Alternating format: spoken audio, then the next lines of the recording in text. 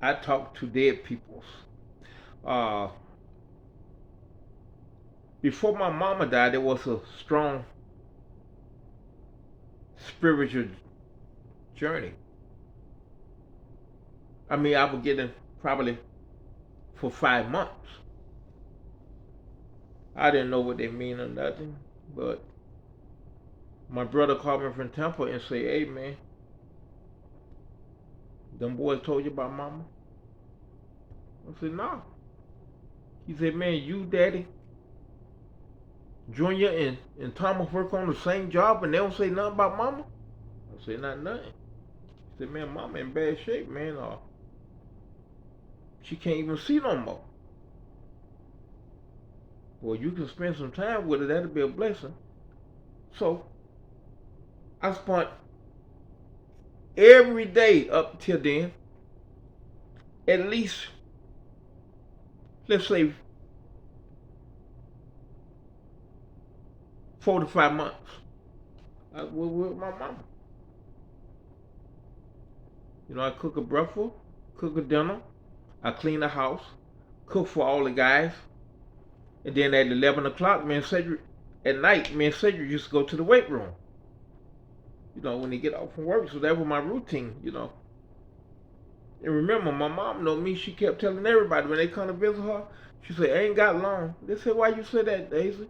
She said, "That boy can see spirits and angels in the other side." She said, "That boy ain't around here every day for nothing because he don't like his daddy or that one boy in there who tried to keep everybody away." Say, but for him to be coming every day, close to 15 hours a day, she say, "I'm finna leave him." They old days, old days, old days. And she died like probably 2 to 3 weeks after that, you know. And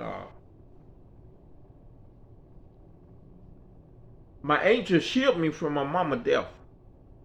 My angel died in my arms. Long story short, my angel died in my arms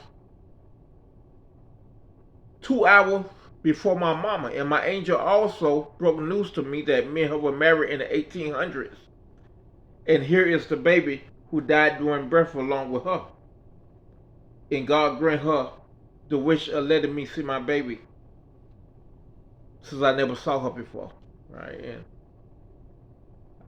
I couldn't think about my mama for 3 to 5 years because I know all I would think about was the angel dead and I saw my baby and I got a baby in heaven, you know. And 3 years later, an Indian woman broke it down to me. She said, "Hey, that angel protect you against the hardest death you probably will ever have in your life." And I said, "What that?" She said, "A death of a mother is hard on kids.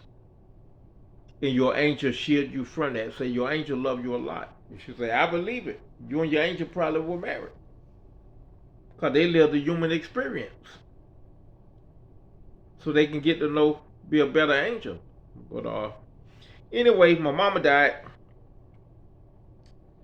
I think 3 days later, a vivid dream. Me and her was sitting in the backyard at our old house on 21st Street. And this spaceship was coming with their big beam of light, the brightest light you ever want to see.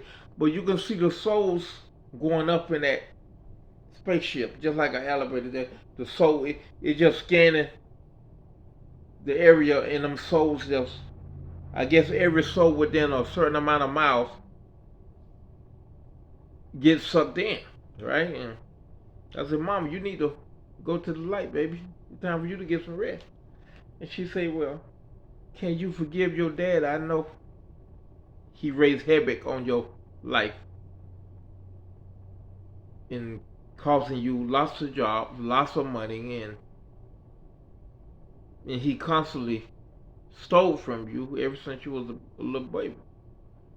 Say, well, please forgive him just once and check on him, you know, check on him on weekend." I said, "Well, I started taking him to work with me on weekend to spend a little time with me. Maybe even start letting him spend the night on weekend because I don't be doing nothing." And she said, "And also check on them 3 boys. Take care of them. Take care of them 3 boys for me. And I said, Mama, I don't know about that now. I said, them boys grown men.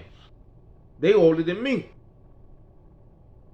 Why should I take care of somebody who go drinking up their money every week after week after week? I said, they ain't changed their routine once since you've been sick. Not even once they would change their routine. They go to work, they go drinking until 11 p.m. at night, then they come home. The same routine 7 days a week. I'm not going to take care of them, Mom. You got to let me think about that one, right? And she said, well, just think about it. And she was beautiful. She was no longer 67. She was like 30. I'd say 30, 33 to 35. Somewhere up in there, 36. She was brutal. And I say, man, you raised men. You ain't raised no girls. Well, maybe one, but we'll keep that a secret. But you raised men. Now it's time for you to rest. You did your job, baby. You did your job, Mama. No matter what your job's supposed to be in your main journey, might have been to bring me here, since they say shatter all the record books. But whatever it is, go get your rest, baby. And we'll see you soon. We'll see you soon. You won't even miss us a day, baby. Cause a day in heaven is 100 years on earth. So you go ahead and do your thing and let us do our thing, baby. And me her hug. And that was it. Then 2 weeks later, my daddy was driving, Cedric was in the front seat, I was in the back. And we were going to Palm Beach. We were going to the banks in Palm Beach. You know, for the bank she was banking at, right? And a car was on the side of us a long way. And I look, it's my mama in the back seat, looking me dead in the face. And we just looking at each other probably for about 7 to 10 minutes. I couldn't even say nothing. I was paralyzed. I'm looking at my mama. You know what I mean? So when the car passed, Cedric mentioned something. Cedric say, boy, that lady in that back seat looked just like mama. I said, dog, that was mama. I looked at her for 10 minutes. That was mama, bro. So we told our daddy to catch up with that car, right? And my daddy couldn't catch up with it. My daddy was doing 120. The car was still pulling away, but looked like it wasn't moving. And we could not catch that car no matter what. Even when the light changed red, there'll be like 3 cars in front of us. And you know, you can't get out them cars on 95, you know, on I-95, because you're going to get ran up with that light chain, right? Or whatever. But I saw her 2 times. And now I see her and all my other family members, my daddy, my brothers, my pets, my friends. I see them more now than I did when they were living. Me being an introvert, and I guess they're making up for the time I was never around. Like on holidays, I don't leave my house on holidays unless I'm going to work. And just any time where everybody's celebrating, I'm in my shell. You get what I'm saying? So they're making up for all that time. But I see my mama every day, dog. We talk just like we talking now. You know what I mean? She don't know she dead. If she do, she put in a good job on me. Her and my brothers and daddies and all them. You know what I mean? They seem like they know, but they know it's not real. It's only real to us. But anyway, tell me some of y'all stories about dream visitation and how your loved one visited you